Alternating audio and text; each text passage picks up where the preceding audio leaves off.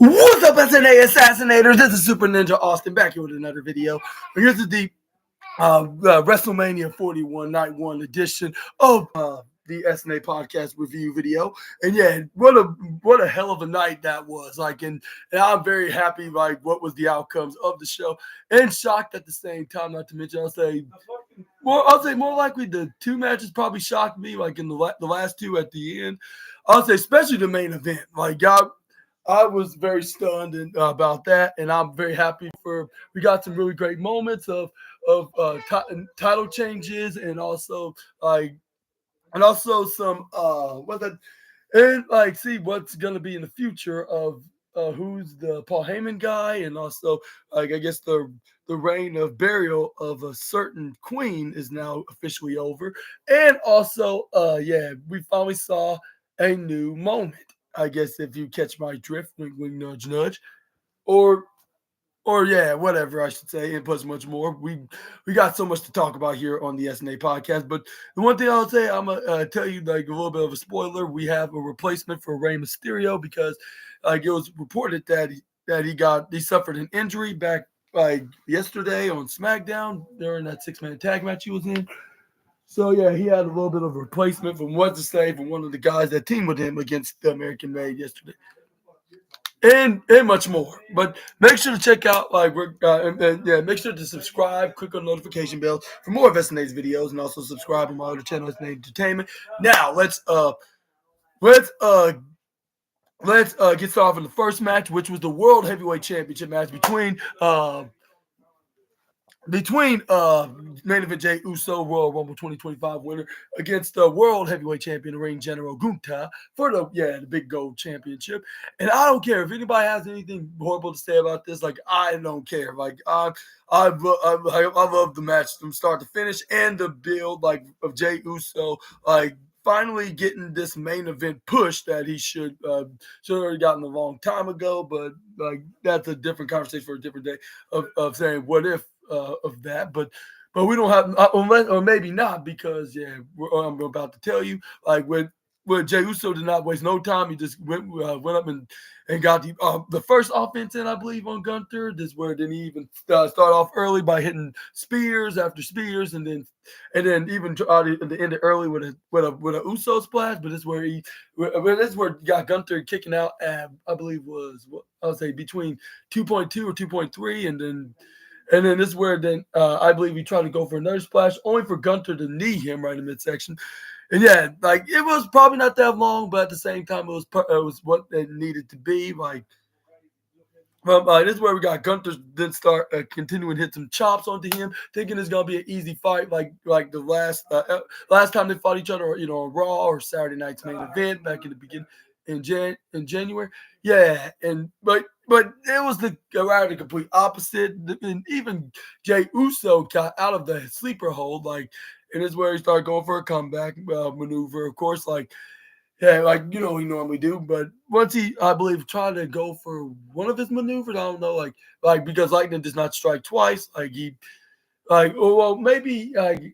I'll say, at least was a spear or something, but this is where Gunther then ends up going for a Gunther bomb, but that didn't put away the main event Yeet Master. So this is where he started trying to think big. This is where he'd go for a splash on his own. I was wondering if this was some type of I'll say, what's that, an insult to injury, but then again, he does a splash from time to time himself, in his own custom arsenal. But I think this was probably a little bit of a mockery of the main event Yeet Master. But as soon as he tried to go for at least one more Gunther bomb, Jey Uso foot driving, took a page out of Gunther's own playbook. But yeah, he ends up stealing his maneuver. This is where he hit a power bomb right onto the longest reigning Intercontinental Champion, current World Heavyweight Champion. Then he followed it up and hit some multiple super kicks, which I believe he hit 3 consecutive times, followed up with a spear, and then he also hit 3 consecutive Uso splash. The last one, he landed right onto the back of Gunther. And then this is where we got Jey Uso he's about to pin him right then and there, right? Well, not exactly. This is where he then took another page out of Gunther's playbook and then and basically just choke him out, which I was waiting for him to just pass out because it was only a matter of seconds. But no, Gunther just started tapping out. I'm like, Like he really just tapped out. Correct me if I'm wrong, assassinators. I believe this is the first time Gunter has ever tapped on a submission move where any wrestler has put on him. But your winner and the new World Heavyweight Champion, main event Jay Uso. And that's where that he had a mini massive celebration, even though there's no such thing of the two double M's in that way. But yeah, but this is where his brother Jimbo came out to celebrate with him, like say congratulations, you finally did it, you finally did, you proved all the doubters. Like and this is where I was thinking like maybe somewhere like in Vegas, like if he's at a meet and greet or doing or watching this somewhere like at a hotel or maybe even like at a bar somewhere with friends. But yeah, like I bet the Usos, his father is very proud of this, which is Rikishi, by the way. Yeah, like I bet he like probably was jumping up and down happy like for what his son just did. He finally won the big one. Now he's a member of the bloodline that finally won the big time, won the gold. Yeah. But yeah, like big congratulations to main event Yeet Master man himself. And I'll say give this match. That's a good question. I'll say probably the golden trophy of the night. It gets the golden. Yeah, I have to give it some match a golden trophy, and it's definitely gonna be the Jay Uso taking on Gunter. And I knew this was gonna be like a very fun and very entertaining match. I knew that was not going to be disappointing. I'm like, if they have Gunter retained, what will be the whole point of building Jay Uso as the number one contender at a big show like tonight?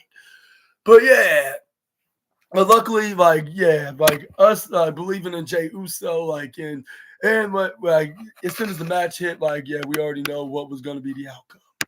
Like, and I mean that by like just believing, like because it could have been anything. Like if WWE decided on what could have been, but yeah, congratulations to to the main event Jay Uso. I was so happy. I was like, yes, like he finally did it. Like I mean, he won his first singles championship back like about 7 months ago in September, like when he beat Braun Breaker for the Intercontinental Championship. Now he can add the World Heavyweight Championship in that collection of belts that he accomplished in WWE.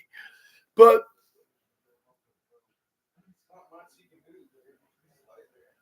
but yeah, moving on, we got the New Day taking on the War Raiders, and we finally got another moment out of this.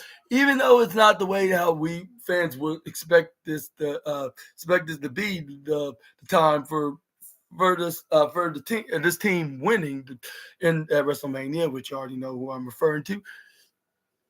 But I'll say, yeah, it was probably not the most like the best match of the night, but still was something that we all like knew was gonna be happening and like have us very intrigued on at the same time. And I'll say there's I'll say the War Raiders was mostly was dominating in the first half of the match, like doing like all kinds of their maneuvers, and then but until at the end, well, I mean, don't get me wrong, the New Day was fighting back, like they were doing the heel tactics and stuff like that. But at first, it was not in their favor. But this is where like once like. Look, this is where we got a very cool spot from Ivar. Like, and he even did a pretty impressive cartwheel, which I was like, I've never which we all know that he's very athletic despite being 300 pounds, but it was still a very perfect WrestleMania moment for him or a highlight, I should say, of the match. Like with him like doing some very athletic stuff, but like despite like the War Raiders' dominance, we got the New Day did a cheap heel tactic, I believe was what was I think it was a low blow, and then they hit the most devastating move in all the professional wrestling, the surprise roll up. This match was probably only lasted like 10 minutes, and yeah, the winner of this match, the New Day, they became the new WWE World Tag Team Champions. But anyways, next up we got Naomi versus Jade Cargill, and this is just like it wasn't like stipulated, but still it was needed to be. Like this is the first ever non-title female singles match, like in WrestleMania, which they need to start doing more often. And it's been like the last years, like of they've been way past overdue of doing this. Like this should have been like done like a long time ago, but luckily like the new management fixed that. It's better late than never, I guess you could say. But yeah, this match was pretty. I'll say was pretty interesting as well. Like even though this was just this is just like this is just a singles rivalry match, like which what did tell the story that what's her name Naomi's just a jealous Judy because it's all about her trying to be Bianca Belair's tag team partner, and then she felt threatened that Jade Cargill was a better friend than she was of Bianca. But this is where we got the match. Naomi did some pretty heelish things, like and even this even took this even took in the out this match even took him to the outside of the ring with Naomi throwing throwing Jay Cargill into Simba, and then right into Barry's tombstone, of course. Oh yeah, I forgot to tell you on the New Day match. Like Xavier Woods had similar hairstyle like Alicia Taylor, the female ring announcer, had, and this is where Michael Cole pointed that out, saying he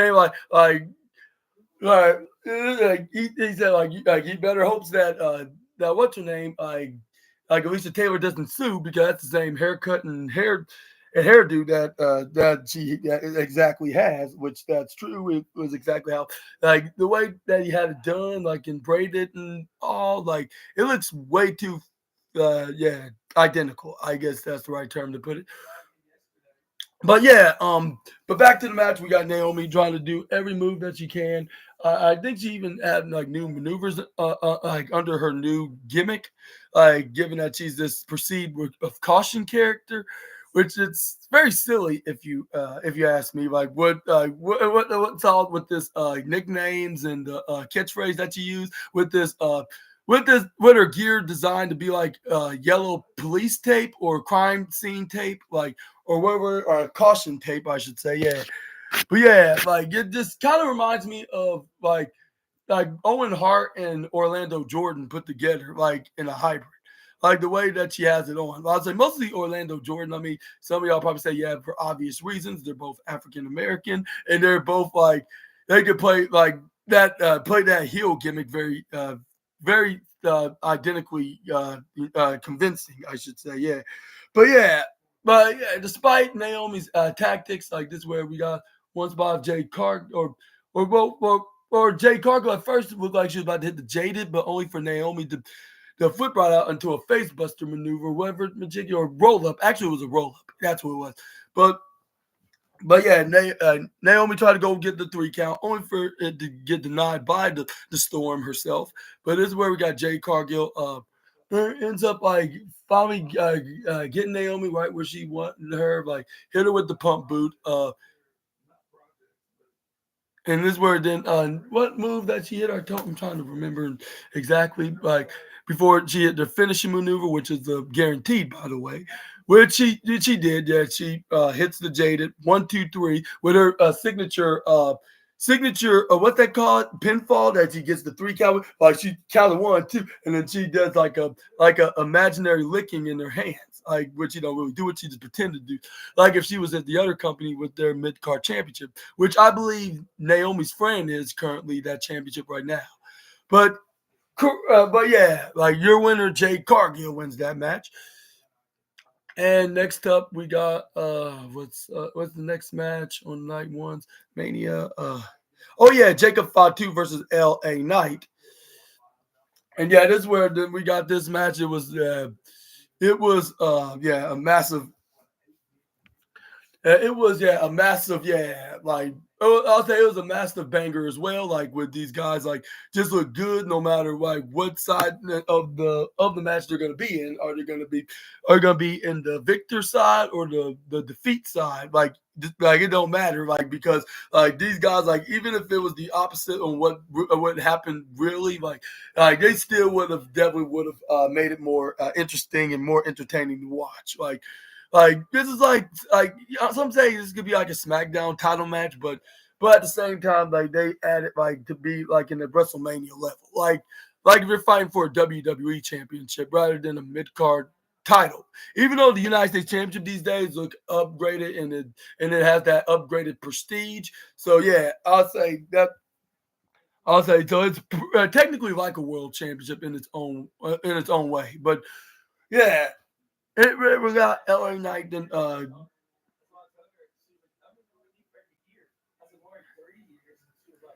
but but this is where then we got LA Knight to start going for stomps and going for strikes and punches. But despite that, Jacob Fatu finally always finds a way to bring him down. LA Knight hitting the moonsaults, not moonsault, Samoan drops actually first. Then we got this is where then we got this is where we got LA Knight then get hit with a couple of hip attacks, but this is where LA Knight then, came back after he hit those. This is where he hit the DDT onto him. This is where I believe he also hit them with that jetpack power slam. Then going for what's it called, elbow drop after he did the LA Knight phrase. This is where Jacob Fatu kicked out of his pinfall maneuver when he was trying to go for the pinfall after LA Knight tried to go for a pin. This is where he tried to go for a BFT, but we all know that it was going to get countered, which normally at this time, like when he have an unsuccessful pinfall after a successful LA Knight elbow drop. Yeah, I should say. But anyways, this is where we got LA Knight.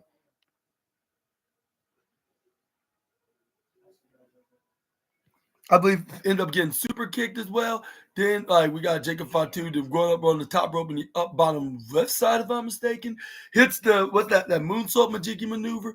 Well, at first LA Knight countered out the first one. I believe that's where he did the jetpack power slam.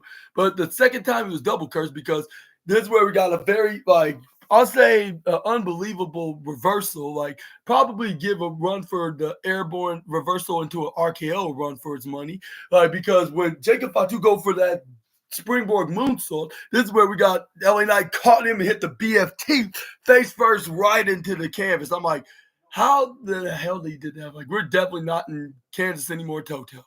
But anyways, yeah, this is where he slams, and right when he went into right up in the air, like at least maybe 13 feet in the air. This is where LA Knight caught him and slammed him face first, and I was like, how did he caught him like that? Like that's more insanely shocking more than the RKO that Randy Orton did to Evan Bourne back 15 years ago when he tried to go for the airborne. Randy Orton caught him with the RKO. It kind of reminded me of that, which I believe you're gonna get plenty of comparisons like on the internet, like how I'm doing it right now, like with me pointing that out.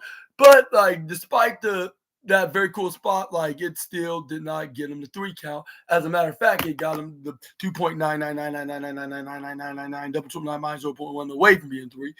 Then we got LA Knight then try to go for, I believe, another one, which was the third time, but unfortunately wasn't the charm.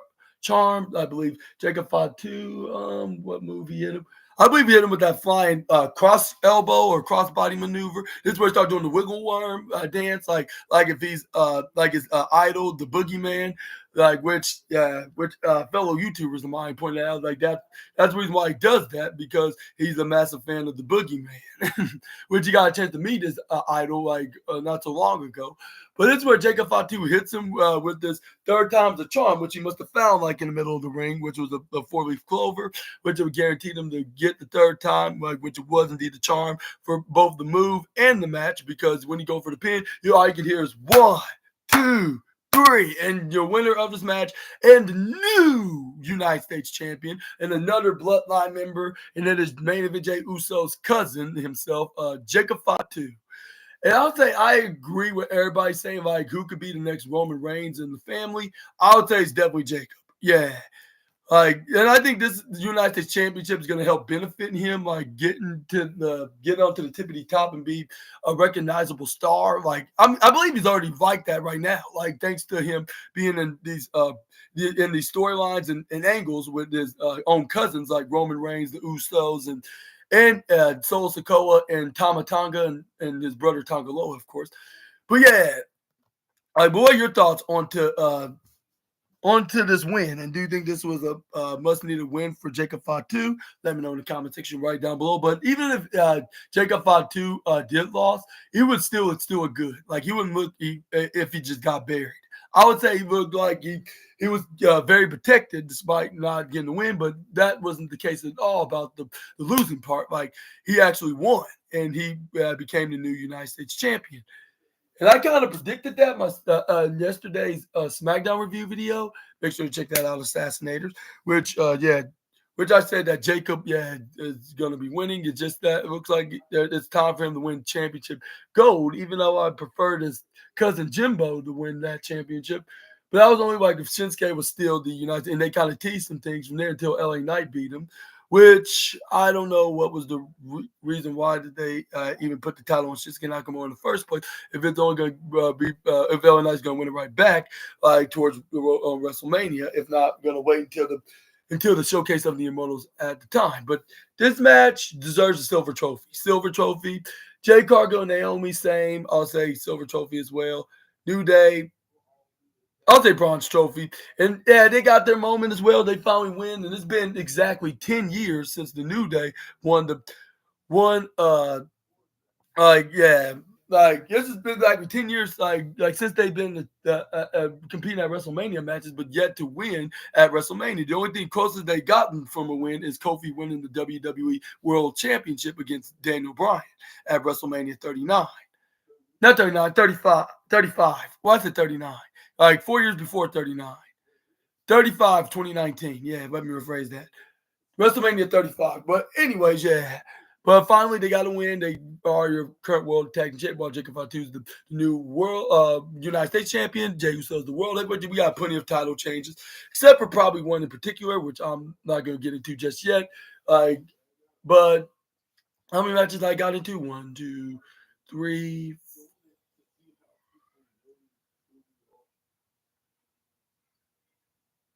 Okay, next up we got El Grande Americano taking on Rey Fenix, I should say, because like I said in the beginning of the video, Rey Mysterio unfortunately suffered an injury, so he had to have an understudy or substitute to fill him in, like to face El Grande Americano, and yeah, these guys just definitely burn the roof off the building, like with their lucha libre style, yeah,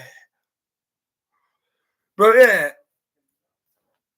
And then this is where we got you got some similar moves that Chad Gable does, even though like he's not supposed to be Chad Gable, but we're gonna have to be the judge of that. Like, well, if he ever gets his mask taken off, but not wishing no downfalls onto him just yet. Like, but let's talk about the positives about Grande Americano. Even if it is somebody totally different, I would, I would say like these, whoever this guy is hell of experienced. Like, even, despite not hearing about this guy before, but yeah, he seemed like if he's the way he wrestles, it seemed like he's been doing it for about 10 years. But this is somebody that we already know who it is. But I'm not gonna get into more details of that more than just that. Even though some of y'all probably say, "What's the point of even bringing it up in the first place?" We're not gonna get into more details, but yeah, I'm just not trying to sound like I'll say like a negative Nancy or anything like for just trashing on this angle, even though I think it's a little bit silly, but it's still like at the same time interesting, like about like something that like with like him like being the mockery of luchadors, like to the likes of Dragon Lee, Rey Fenix, and Rey Mysterio, but yeah, like we're gonna have to wait and see who exactly this El Grande Americano truly is, but let's continue the match like we saw some plenty of arm drags. We got Rey Fenix doing plenty of his maneuvers like he normally do, like whether if it's gets matches with the likes of Humberto Carrillo and Nathan Frazier, or this time over the other company, and also he did some roundhouse kicks and some. I believe he even did a Mexican destroyer like his brother. What's his name? Like Penta, like he normally does. But anyways, this is where we got Rey Fenix. Then what other move he did? Like he even did the goodbye amigo kick, I believe. So but it only got him a near fall. But this is where the finish we saw like of El Grande Americano, saw him did something like a cheap shot again, like he did to Rey Mysterio and who else, Dragon Lee in the past, like from the couple of weeks that he's been been wrestling in WWE. This is where then El Grande Americano took advantage of the moment, hits a diving headbutt, 1, 2, 3. Winner of his match is El Grande Americano. And like, what do you think? What's next for this self-proclaimed, very popular luchador, like from the Gulf of Mexico? I believe that's what they say when they he enters the ring. Because at first they said the Gulf of America, but that ends up like stirring up some controversy online with everybody. So they changed the name to the Gulf of Mexico. But anyways, yeah, let me know down in the comment section right down below about this, man. Do you think that Rey Fenix was a perfect replacement for Rey Mysterio? Or do you think like they could have had Dragon Lee easily could have fought him? But then again, he already fought him on Raw, so that wouldn't make any sense to have him fight him again at WrestleMania. So I guess Rey Fenix is regardlessly the best the option to be Rey Mysterio's understudy. But and as for the mass luchador legendary star, I want to wish all my well wishes to the injured star at this very unfortunate sad time. But yeah, let's move on to the next slide. What other matches? Oh yeah, the WWE Women's Championship match between Tiffany Stratton against Charlotte Flair. And nothing against the Queen of Flares, but I felt so relief like when we didn't see her stealing the Buff Barbie's moment, I guess you could say. But I gotta admit they had a pretty impressive entrance, like, especially Tiffany Stratton by living and what's that like living her gimmick, like with her basically like being the WWE's Barbie of the WWE's Barbie of the company, I should say. Yeah, but yeah, I guess the end of the burial from the Queen of Flares has finally gone to an end. But I'm gonna tell you why about that. Like, as soon as I get started with them, just got to the point, just start fighting each other, just start throwing fists, right, and just start throwing each other like upper right, upper left, upper right, upper left, or bottom right. You get the point. Irish whips, tackles, like. And yeah, and they even took it to the outside, like, and this is where we saw even Charlotte Flair trying to mess up the leg of Tiffany Stratton to start stomping onto it and try to go for a figure 4 or figure 8 onto the ring post on that corner. But what's her name? Tiffany Stratton can end up countering out of it. This is where then we got Tiffany Stratton, I believe, threw her right into Simba Steel steps. And this is where we got one spot that Tiffany Stratton almost tried to go for Alabama cartwheel slam, but this is where she ends up getting power bombed by Charlotte Flair. This is where then Charlotte then tried to go for a figure 8, but this is where then. But yeah, this is where then we got what else? What other move that Charlotte? Oh yeah, I believe she tried to go for a figure 8, but amazingly, Tiffany Stratton got out of it. This is where we saw try to go for it again, but this is where it ended up happening, for obvious reasons, because of it's not lightning does not strike twice. If it worked the first time, it won't be guaranteed the second time rule. But this is where then we got Tiffany Stratton picks up Charlotte Flair, then go for what's that called? Go for like that Green Bay plunge jiggy maneuver. I heard that she was trained by Mr. Kennedy, like in her time getting started in wrestling. When even Mr. Kennedy admitted that he trained her like in his wrestling school in Green Bay, Wisconsin. Yeah. Anyways, this is where we got Tiffany Stratton to try to go for a prettiest moonsault, only for Charlotte to get the knees up. Then she went and did this pretty awesome mid-rope or top rope natural selection right into the upper right side, but still a near fall at 2.9999999999999 double triple nine minus 0.1 away from being 3. And then we got but this is where we got move that Charlotte trying to go for in the move, like, which ended up getting intercepted by Tiffy. Like, yeah.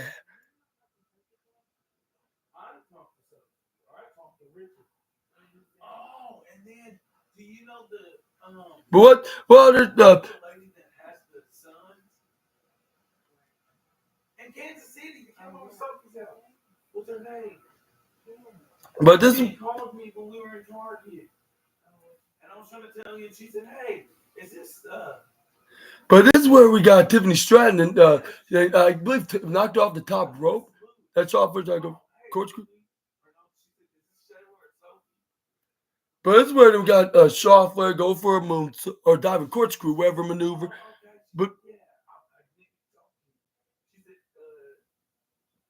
But this is where we got Tiffany Stratton to flip her right over. This is where Tiffany Stratton tried to go for the prettiest moonsault, which was indeed a guarantee, by the way.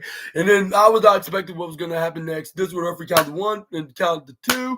As soon as he got to two, he went right to three. And yeah, we got Tiffany Stratton retaining the women's champ. Even though on my predictions, I said that Charlotte Flair is going to be doing Charlotte Flair probably going to be winning.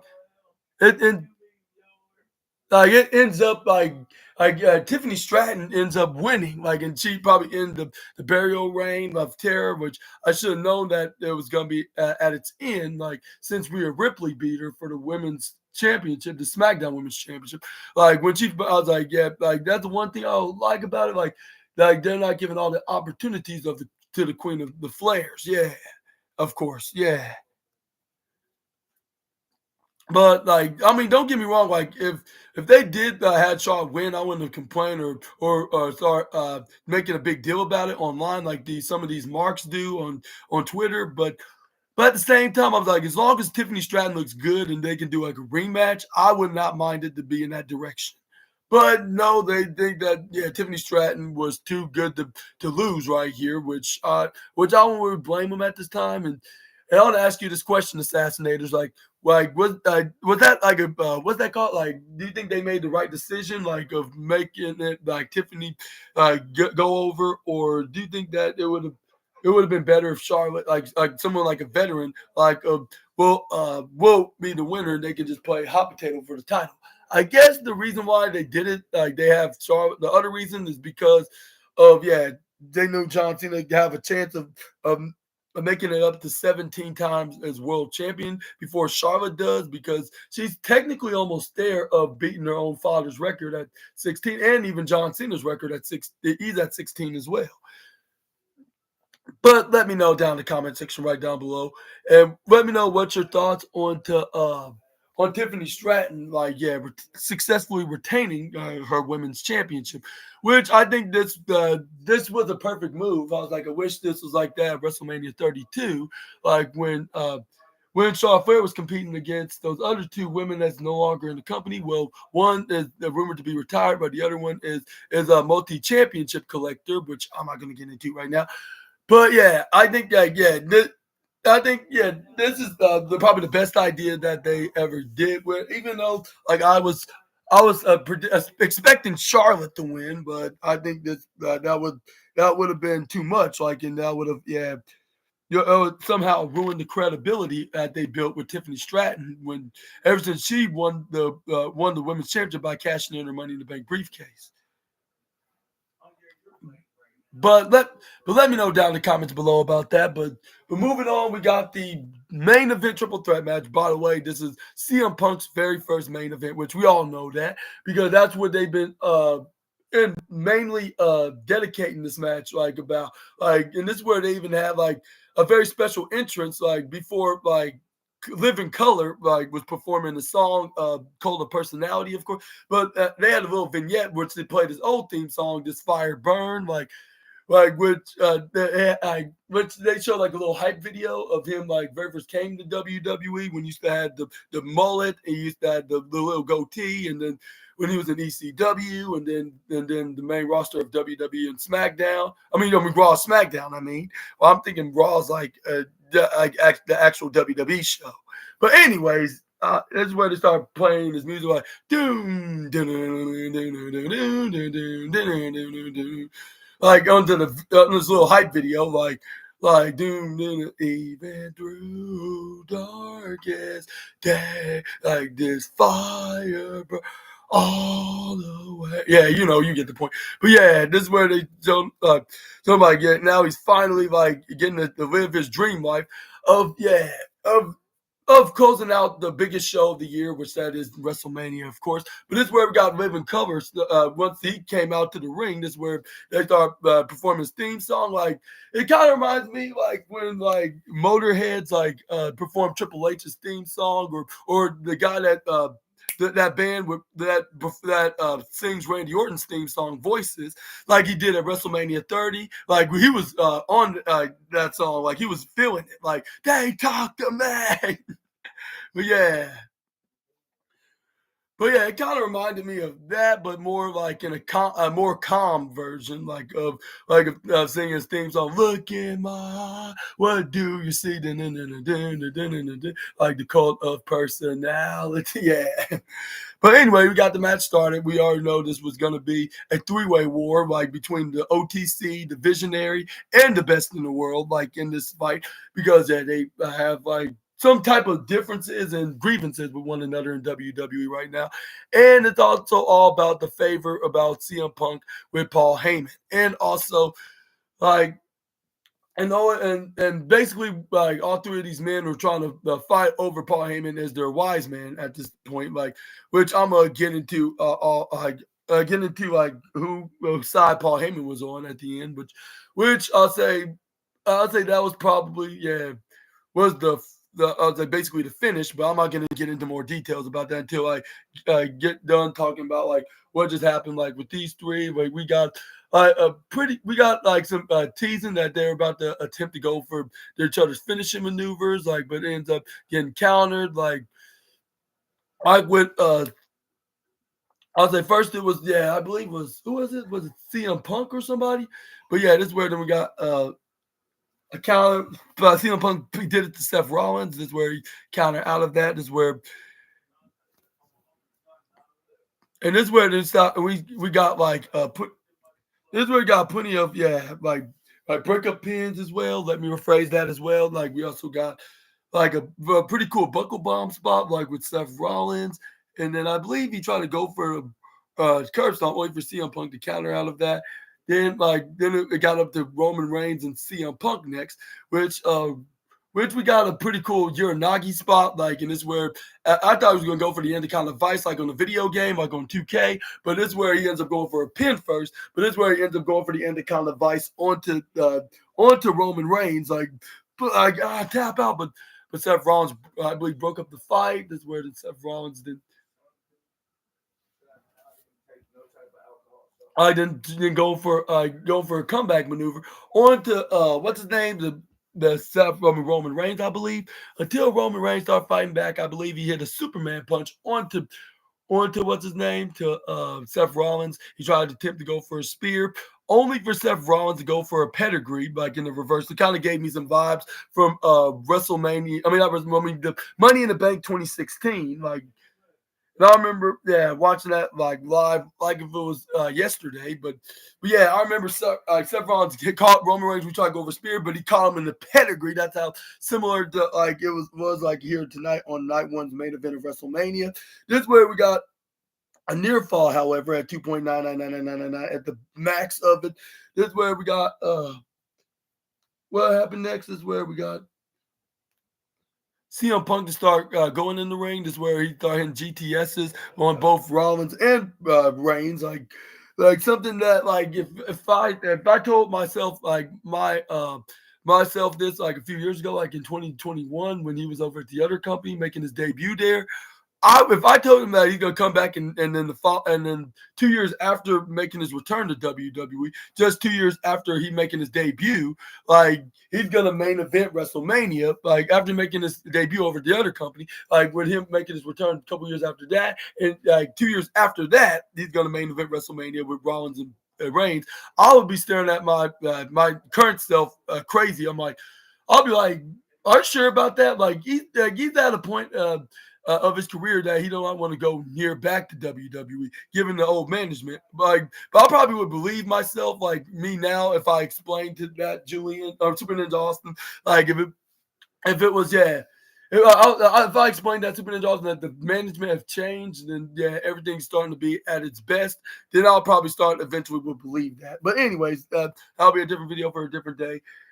But it's where we got Roman Reigns ends up kicking out of a GTS. This is where then I believe like this is where then Roman Reigns go for a guillotine choke onto what's his name? Onto CM Punk. This is where then we got. But yeah, this is where then what's his name? Yeah, this is where then this is where we got a guillotine, but this is where Seth Rollins broke it up. This is where we saw This is where we got Roman Reigns hits him with a very devastating hit with a guillotine, dropped him down like after he got him choked and slammed him down. It kind of looked like he had a pop up DDT. I was like, hopefully Seth Rollins' neck is okay after taking that bump. But yeah, it was like this is where Seth Rollins, I believe, countered it into like a Falcon Arrow of some sort. Then we got like obviously CM Punk didn't start getting into the fray. And I believe that this is where we got like Seth Rollins was in the offense. I believe he hit him with a curb stomp, but it still was a near fall on the him. This is where then we got Seth Rollins then I believe move out of the way when Roman Reigns accidentally speared what's his name? CM Punk. This is where he ends up going for a stomp on the him. But this is where then Reigns even kick out at the last second as well. Now I believe Seth Rollins can go for what's that called? What's that move? The Phoenix Splash, but this is where it ends up getting missed onto Roman Reigns. I believe this is where we finally got a spear by Roman Reigns onto Seth Rollins, which was guaranteed onto him by the way, but like at the same time it was third time was a charm. Which like because at first it it did not work the first time and all, but this is where all men were down. This is where Paul Heyman was in the middle, being basically the middleman, and he had a steel chair in his hands. This is where it was legal in the match because there was a no disqualification. Because nowadays in triple threat matches, for some reason, like they just changed it from being disqualification to now being no disqualification, no matter what type of triple threat match it is.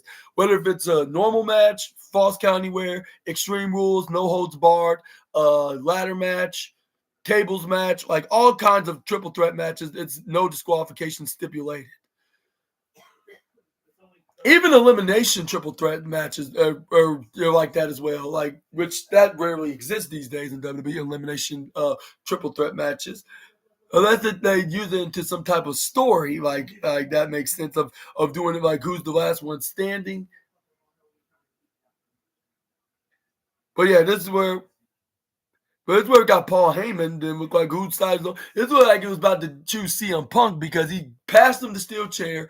This is where then he make him try to make him tell him come on attack the guy that used to be my tribal chief but no longer is, which I should have known that he was up to something because he as soon as CM Punk lifted up the chair try to whack Roman in the back with the chair, Paul Heyman went down below, low blowed CM Punk right into the Punk family jewels, and I believe that he is a husband, but he's not a father yet, unless that counts with him and his wife AJ Lee's dog, which is Larry, of course. Which I'm not sure if that's exactly counts, but it seemed like they're not going to be parents like for another 14 days after taking that low blow. Ouch. But this is where the Paul Heyman then shocked all the fans, which you all thought he was actually going to go for beat CM Punk's wise man, but only for him to trick him, and it was all trick one all along. This is where he went to Roman Reigns and told him to whack Punk with the chair. This is where he started doing it repeatedly. There's our bamming, whamming, and thank you, sir and mammon, I guess you could say. But yeah, this is where the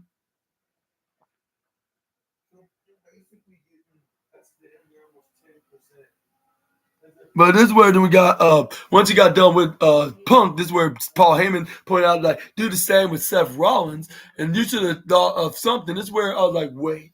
I was like, especially if Roman Reigns fully have his back turned, which there's something that he should have learned a long time ago. Well, I'll say since 2014 and also 2023 as well, because given that Sammy did that too, but he turned babyface when he whacked Roman Reigns right in the back and turned on him like in favor for his best friend Kevin Owens.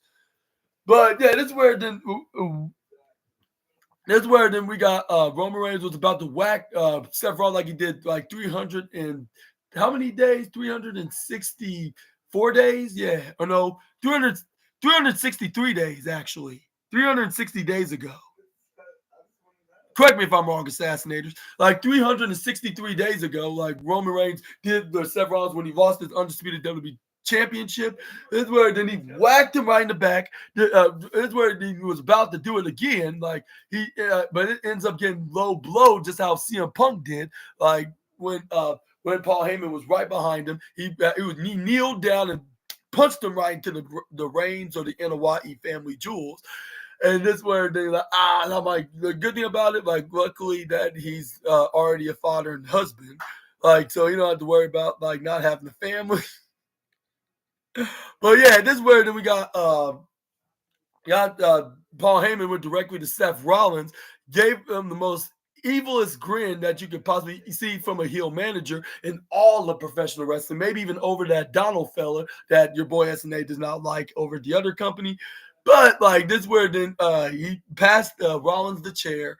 This is where then he basically did what he did like 11 years ago to Roman Reigns and their now imaginary buddy or brother that's now in the other company being delusional about different Tony owning a wrestling company that he's not even the owner of. He's an employee that's doing some journalist work, I guess you could say. But anyways, yeah, this is where then Seth Rollins started whacking Roman Reigns with the steel chair, started bamming him and whamming him, and then until like he was basically flat on his back. This is where then Seth Rollins, this is where we waited for Roman Reigns to get right back up. He did exactly what he did 11 years ago when he stabbed him in the back. He hit him right into his back, hit the chair, like bam, crashing into it, like boom. And this is where Seth Rollins finished him off by hitting the curb stomp. Stomp Reigns in the face, went to the pin, 1, 2, 3, and the winner of his match and the new Paul Heyman guy, Seth freaking Rollins.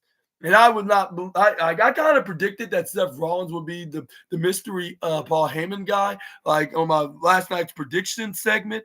But I did not know that he was just going to help him get the win. Like, I'm going to tell you, but it's not going to just get the golden trophy. It's getting the platinum trophy. I'm sorry. This was the most, I'll say, greatest heel turn shock in all of WWE in the modern day. I'll say of the decade, I should say. Like, because we got plenty of shocking heel turns at WrestleMania before, including the one with Stone Cold Steve Austin against The Rock at WrestleMania 17. So that could be a debate on the top 5 or top 10 list of the century of the biggest shock of the night of WrestleMania history. But I'll say, yeah, this was probably the biggest shocker of the night. I expected that Seth Rollins was going to turn heel, but I would not. But I expect him to turn heel and join Paul Heyman. Let me rephrase that.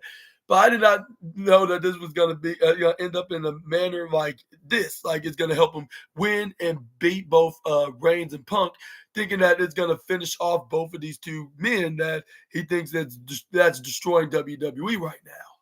And he's trying to get rid. What did he do? And what he basically do in order to make sure his plan work is to have Paul Heyman into it and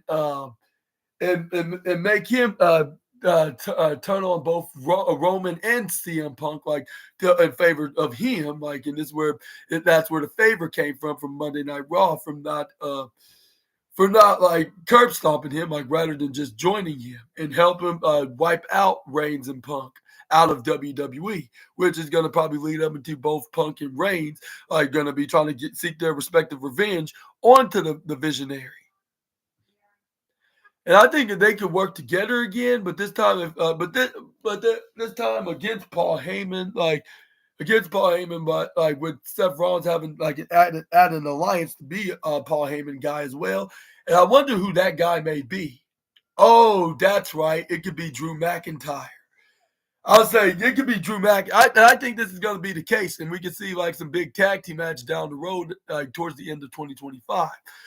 Given that Drew McIntyre has like some grievance history against both Reigns and Punk, this will be a perfect storyline for him, give him a reason why he should join Seth Rollins and Paul Heyman and become the other Paul Heyman guy.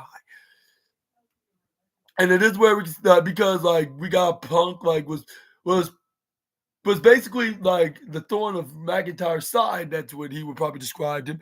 And when Drew McIntyre saying that he was nothing but but an awful person to him, like in his early days in WWE.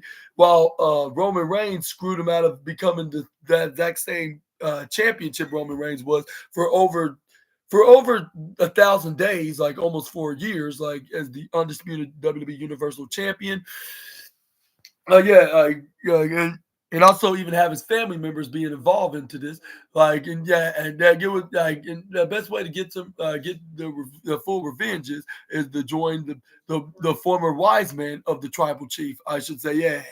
Which I'll say that could be a good reason, but for now he has Damian Priest to worry about tomorrow at Night 2's WrestleMania at the Sin City Street Fight match. Now like it's but now, like that was all what happened at WrestleMania Night 1. Also, we also had some celebrities that were in attendance. We got the likes of Michael Che and O'Shea Jackson Jr., which is Ice Cube's son, of course, and like a couple other celebrities that I'm trying to think of. Like most of them are from Netflix, though, like comedians and actors, and we even got we also got what's his name too, Jelly Roll, the country music rapper, I believe that's what he is. Like he was also there as well, and then a couple other celebrities that were in attendance. Which some tells me that they will be back for Night 2, because if you're going to be coming, be in attendance on Night 1, like why wouldn't you be in attendance for the following night? Especially like when we have a match like Bianca Belair versus Rhea Ripley versus Io Sky, like a big main event level triple threat match, which I see why they have that as the opener. And then we have the main event, which is going to close out the show, is John Cena versus Cody Rhodes for the WWE Championship. Which I wonder, like, who could walk out of Allegiant Stadium and the Sin City itself as the WWE champion? Will Cody Rhodes retain and prove John Cena that he is like the now and the future, while John Cena is the past? Or John Cena could finally win his record-breaking 17 world championship? Well, that's a conversation we're going to get into tomorrow's video, which already scheduled a video for that night, like on Night 2, which I'm going to talk about all the stuff. But I want to ask you, Assassinators, what was your thoughts on WrestleMania tonight?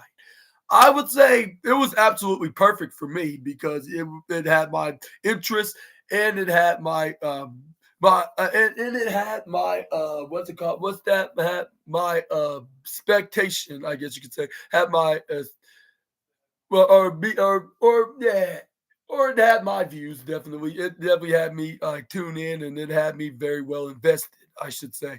And it has me wondering what's going to be happening next, like with a situation with Paul Heyman and Seth Rollins, and Jey Uso becoming World Heavyweight Champion, and Jacob Fatu becoming United States Champion. Tiffany Stratton, like, finally, Tiffany Stratton have her WrestleMania moment and being over Charlotte Flair, and also the New Day finally having a WrestleMania moment, even as heels as well.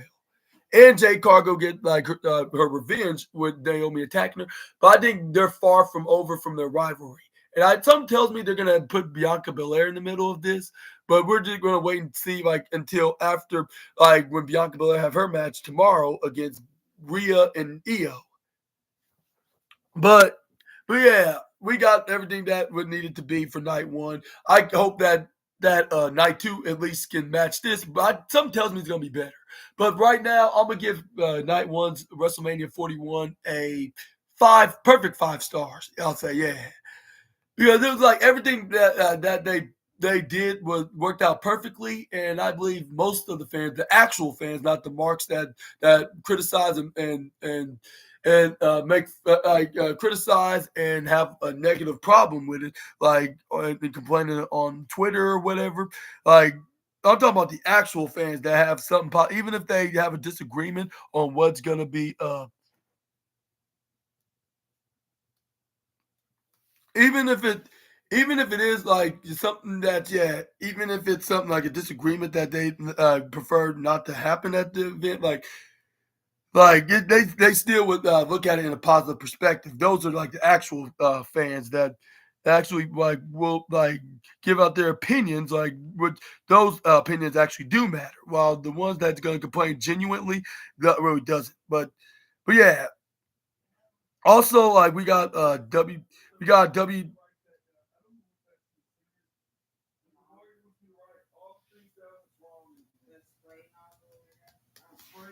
But yeah, but yeah, we also got the inductees of WWE Hall of Famers, like with Triple H, Michelle McCool, Lex Luger, the natural disasters. Well, at least Typhoon, of course, because Earthquake, I believe, sadly passed away. But this where then we got Typhoon and his family members and Earthquake's relatives as well. And we also got we got I believe the family members of Kamala and a couple of other guys like with Dory Funk Jr. and what's the other one?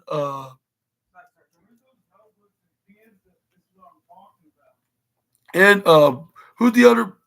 And who's the other guy? Oh yeah, and Stone Cold Steve Austin and Bret Hart was there. Except with them like being known as the Immortal Award of the Hall of Fame because they had their match at WrestleMania 13 in 1997. Got the award of the Immortal match of the award of the Hall of Fame. Yeah.